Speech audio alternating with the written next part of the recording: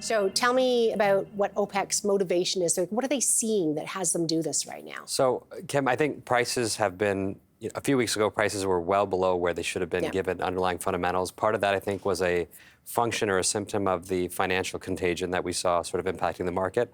I think they were just trying to bring prices back to where they should be, i.e. they should bring prices back to levels justified by the underlying fundamentals. I think they, saw the material short interest in the market, and they, took the knees of the shorts out, frankly. Okay, so what does that mean then for the price range going forward? And maybe give us your thoughts in terms of, the next few months as we are entering some weakening global times that are happening, and then beyond that. So bottom line, I think $70 to $90 a barrel is probably where we trade over the course of the next couple of months. Definitely worried about the global economy, and the impact of the financial contagion that we've seen earlier in this year will present some challenges, I think, to global demand growth. And I think we've got to keep in mind that rates have gone up by 400 or 500 basis points, in the Western world in particular, and that's going to have an impact that I don't know has been fully sort of seen on Main Street as yet. All that being said, fundamentals are tight. Inventories are quite tight. Yes, if you look at the last 3 months, there was a build, but we also had materially warmer than normal weather, which tempered demand. When I look over the course of May through July, we have this seasonal increase in demand as folks start driving, summer driving season. China is coming back. You could see 3 million barrels a day of incremental demand between now and the peak in July, and inventories will draw. So that presents upside to prices, but I struggle to see prices going to, some of the levels that folks are talking about, the triple digits. That'll happen eventually. I don't see that happening in the next couple of months because I don't think the economy can wear that.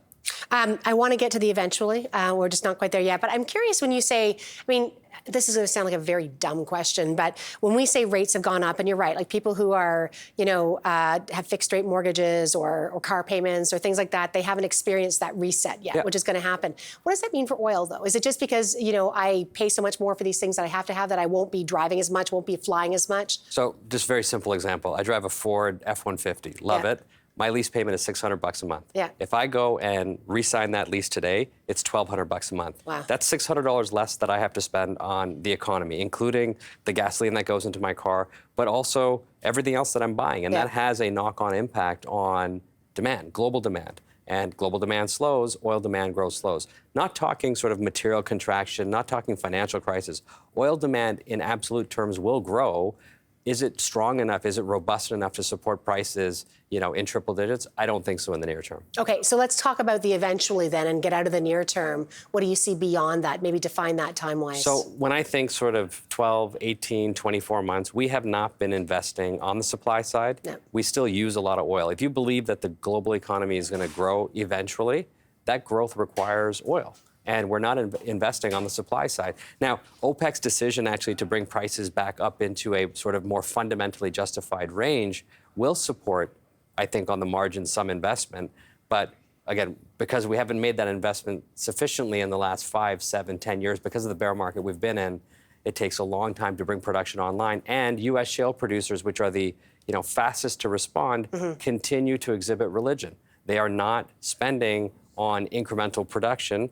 They are spending on their shareholders. When does that change? What would be the trigger to have something like that, to see that incremental supply come online again? The swing producers, the shale producers say, okay, I get it. We're seeing sustained triple-digit prices in the future.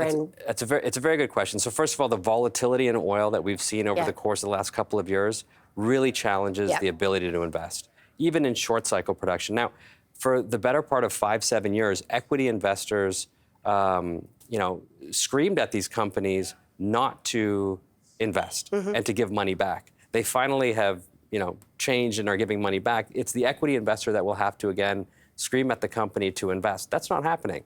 When we sit down with these companies, the focus is not on growing your oil production. The focus is on, ESG and the environment. The ESG and the environment are quite important, but there's a mismatch here because we still use this stuff, and we're not encouraging those that can grow supply to do it. Yeah. What does this mean then for someone who is, whether they're looking at equities on the commodities side or the commodities themselves? How should investors be thinking about this over the next, say, 6 months and then over the next few years? So I don't think you need to see triple-digit oil prices or oil prices continuing to move higher to see positive returns on either the equity side or on the commodity side. On the commodity side specifically, as inventories draw, the curve moves into backwardation. I don't want to get too technical, but a You can tell us. A backwardated curve means the price of oil in the future, 6-12 months out, is cheaper than the price today. Right. So as a commodity investor, I can buy the back of the curve. Today, my roll yield, just from owning the back and rolling up to the front, is 10%. So frankly, as a commodity investor, I don't want $120 or $150 oil. I'm very happy with $80 oil. I'm happy with a stable oil price and tight inventories because I collect that roll yield, right? When I get to $120 per barrel oil, 150, I start worrying about demand destruction. Can the economy handle it? $80 oil is actually a win-win for OPEC, for commodity investors, and for the consumer. Interesting. So longer term, is that where you see things kind of settling out, or no? I don't. I ultimately think we're going to go higher than that because I don't think we've made the investment on the supply side, and the demand side, we're not moving away fast enough. Yeah. Just earlier this week, actually, we got data out of the U.S. 7% of the vehicles in January that were registered were EVs. That's great. That's up from 4% last year. But it's only 2% of the entire fleet in the U.S. Yeah. The U.S. consumer consumes 10 million barrels a day of gasoline. That's 10% of the world's consumption just right there in the U.S. The substitution on the demand side is not happening fast enough, and we've forgotten about the supply side. Very little investment is happening on the upstream. Without that investment, prices will eventually, when the demand growth is there, will have to move to a level that rations demand, and that's not $80 a barrel. That's triple digits. Hussein, fantastic having you here. Thanks for having me.